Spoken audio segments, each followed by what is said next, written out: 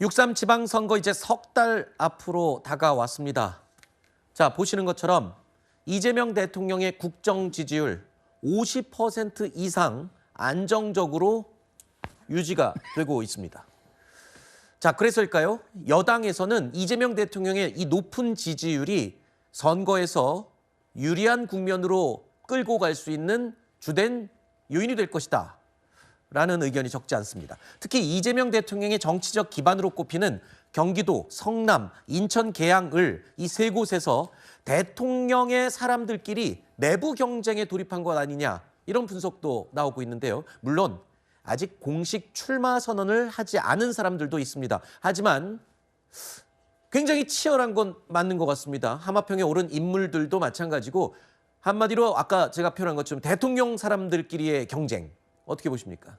그래서 이번 지방선거에서 소위 대통령과 가까운 분들끼리 경쟁이다라고 말씀 주시는데 이번 지방선거는 이재명 대통령 체제가 출범하고 난 이후에 첫 번째 맞는 전국 단위의 선거이기도 하고 네. 또 지방선거의 선거뿐만 아니라 국회의원 재보궐선거까지 같이 이루어지는 상황이다 보니까 조금 더 많은 인재들이 참여할 수 있는 기회의 폭이 넓어졌다. 이런 측면에서 아마 대통령의 사람들과의 경쟁 이런 표현까지 나오는 것 같습니다. 네. 저는 중요한 것은 대통령을 돕겠다라고 하는 사람들이 없는 것보다는 이렇게 많이 나와서 또 지방선거 또는 국회의원 재보궐선거에서 당선을 통해서 이재명 정부의 성공을 위해서 함께 일할 수 있는 기회를 갖는 것 이런 것들이 있다면 충분히 그 자체만으로도 의미가 있다 보여지고요. 네. 좀 전에 저희가 국민의힘의 내분 상황도 좀 지켜봤습니다만 이번 지방선거가 그렇게 지금 현재로서는 굉장히 원사이드하게 일방적으로 그 승리가 가능할 것처럼 보이기는 해도 실제 선거 국면에 들었으면 그렇지 않을 것이다라는 것들이 우리가 그동안 경험해온 그 일반적인 상황들입니다. 그렇기 네. 때문에 조금 더 경쟁력 있는 후보들을 만들어내기 위한 당내에서의 경선 과정은 반드시 필요하다라고 보여지고요. 네. 그 과정을 통해서 좋은 훌륭한 인재들이 많이 선출될 것이다. 이렇게 예상해 볼 수 있을 것 같습니다. 네. 그냥 민주당 얘기만 하셔도 될 거를 굳이 또 아픈 곳을 이렇게 후벼 파시네요. 죄송합니다. 자, 최근에 돈봉투 의혹 2심에서 무죄를 받은 송영길 전 대표는요. 잠시 후에 이제 오후 2시쯤에 민주당 인천시당에서 복당 신청을 할 예정입니다. 이를 두고 인천 계양을에 출마하는 것 아니냐 이런 관측은 계속 나오고 있었죠. 계양을이 그야말로 격전지로 급부상하고 있습니다.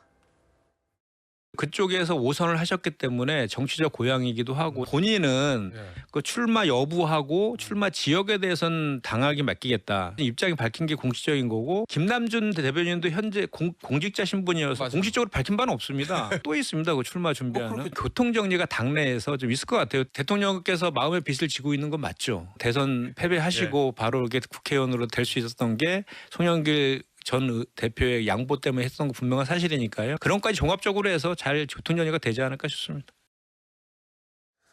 모두가 알다시피 인천 계양을을 송영길 전 대표가 지금 자리를 물려주면서 그래서 또 이재명 대통령이 국회 입성에 기회를 잡지 않았습니까? 그래서 당내에서도 다시 송영길 전 대표에게 물려주자, 다시 돌려주자 이런 얘기도 나온다면서요. 충분히 그런 얘기가 나올 수 있는 상황이긴 하죠. 송영길 전 대표의 경우에는 어떻게 보면 대선 패배 이후에 정치적인 재기를 이재명 대통령에게 기회를 부여한 그런 경우도 있습니다. 네. 그리고 사실상 그 당시 지방선거의 험지라고 할 수가 있는 서울시장 선거에 출마하기도 했죠. 여러 가지 측면에서 당을 위해서 희생한 부분이 분명히 있어 보이기도 하는 것이고요. 그리고 돈봉투 사건의 경우에 당에 부담을 주지 않기 위해서 탈당을 한 그런 이력도 있습니다. 탈당이라는 것이 유죄가 확정이 되어서 탈당한 것이 아니라 무죄를 입증하고 복당을 하겠다는 그런 취지였고요. 결과적으로 봤을 때는 돈봉투 사건의 경우에 1심, 2심 모두 다 무죄가 선고가 된 상황입니다. 최종적으로 3심에서 확정이 되진 않았지만 이미 법원의 판단 일정 부분 나왔다고 봐야 되는 것이고요. 그렇다고 한다면 이번 보궐선거에서 계양을에 송영길 전 대표가 출마하는 것은 충분히 납득할 수 있는 그런 상황이 아닌가라는 생각이 드는 것이고요. 네. 김남준 대변인의 경우는 아직까지 출마를 선언하지 않았지만 인천 출마가 유력한 분위기는 맞습니다. 그렇다고 네. 한다면 지금 인천시장의 경우에는 박찬대 의원의 출마가 사실상 굉장히 높은 가능성을 가지고 있거든요. 네. 박찬대 의원의 경우에는 인천 연수갑을 지역구로 가지고 있습니다. 그렇다고 네네. 한다면 연수갑이든 계양을이든 지금 김남준 대변인과 송영길 전 대표 간의 일정 부분 교통 정리는 충분히 가능한 상황이 아닌가라는 생각이 듭니다. 네. 교통 정리가 가능하다. 그래요. 예, 교통 정리가 어떻게 될지가 굉장히 궁금하네요. 자, 그리고 최근에 더불어민주당 지지층들 사이에서는요. 정치적 용어를 넣고 논쟁이 벌어지고 있습니다. 바로 이 단어 때문입니다. 뉴 이재명. 옛말에 성을 쌓으면 망하고 예. 길을 열으면 흥한다 이런 예, 얘기 예, 있거든요. 아주 극소수의 대통령으로 이재명 대통령을 가두지 말고 예. 모두의 대통령인 이재명 대통령을 만드는 게 필요하다. 중도 보수 쪽에서도 긍정적으로 보시는 분들이 많기 때문에 뉴 이재명이든 올드 이재명이든 상관이 없다. 하나의 정치적 언어로서 이재명 대통령을 너무 좁은 운동장에 가두는 형태로 가면 안 된다. 예. 정치적인 특정의 목적을 가지고 예. 사용하는 것은 적절하지 않다고 봅니다. 일단 뉴 이재명이 뭡니까? 정확하게 전 좀 쉽게 좀 풀어주실까요? 그러니까 이후에 들어온 이재명 대통령의 지지자들을 이야기를 하는 겁니다. 아하. 예, 그러니까 소위 말하는 친문과 친명의 이렇게 대립이 있었던 시절에 네. 친명을 따르면서 이후에 들어온 이 사람들을 뉴 이재명이라고 지금 부르는 것 같은데, 네. 아까 진행자님께서 뭐 우리 당의 내홍이라고 이야기를 하셨지만 네. 제가 작년에 민주당의 내홍과 관련돼서 민주당 패널들을 끝까지 부인했지만 명청 교체기를 만들었던 네. 사람이지 않습니까? 현실화되고 있습니다. 네. 근데 이게 이제 명청 정도에서 그치는 게 아니라 문명으로 지금 번지고 있고 네. 그다음에 이제 더 나아가서 문어게인이라는 말까지 지금 나오고 있다 보니까 네. 이 문어게인에 대한 반발로서 뉴 이재명이 지금 나오고 있는 것 같고 네. 이러한 것들이 결국 송영길, 김남준 뭐 이런 식의 네. 갈등으로도 다 저는 연장선상으로 이어지는 것 같습니다. 네. 결국 그래서 이번 지방선거는 당내 갈등을 누가 먼저 봉합하느냐 싸움인 것 같습니다. 네. 네, 그 싸움이고 우리가 먼저 봉합하면 우리에게 승산이 있고 네. 민주당이 먼저 봉합하면 민주당에게 승산이 있는 것 같아요. 알겠습니다. 그 사이에 또 반격을 하시네요. 네. 아까 아픈 곳을 후벼 팠다고 얘기를 했더니 자 지금 선거를 앞두고 있어서 안 그래도 또 명청 갈등이라는 말 민주당 관계자들은 되게 싫어하시잖아요. 근데 선거를 앞두고 이 뉴 이재명 얘기가 나오니까 당연히 또 명청 갈등 얘기가 수면 위로 올라올 수밖에 없네요.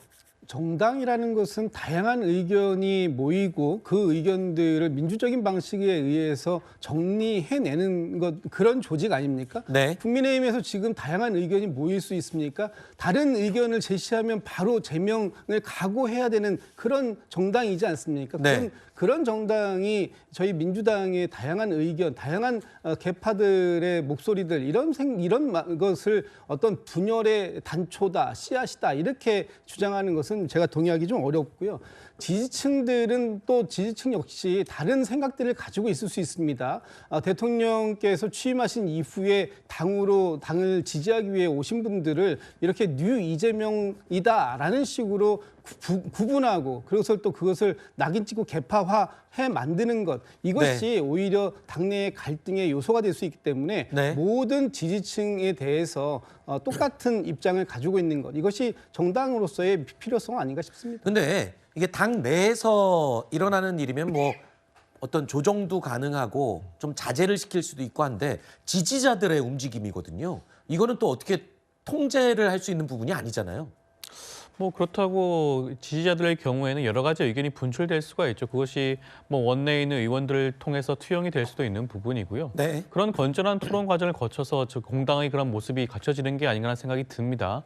현재 이재명 대통령의 지지율이 굉장히 높죠. 민주당의 지지율보다 더욱더 높은 상황에서 사실상 친명, 친정 갈등이라는 게 발생할 수가 없는 상황 아니겠습니까? 네. 이재명 정부가 출범한 지 1년도 채 되지 않았어요. 이재명 대통령에게 사실상 다른 의견을 표한다는 것 자체가 반명이라고 그렇게 분류되는 것 자체가 문제가 있다고 보여지는 것이고요. 네네. 지금 현재로서는 민주당이 가야 할 방향성에 대해서 일정 부분 이견이 있을 수가 있다라는 말씀을 드리는 것이고 네. 그 부분에 대해서는 다양한 의견을 포섭할 수 있다라는 말씀도 함께 드리고 싶습니다. 알겠습니다.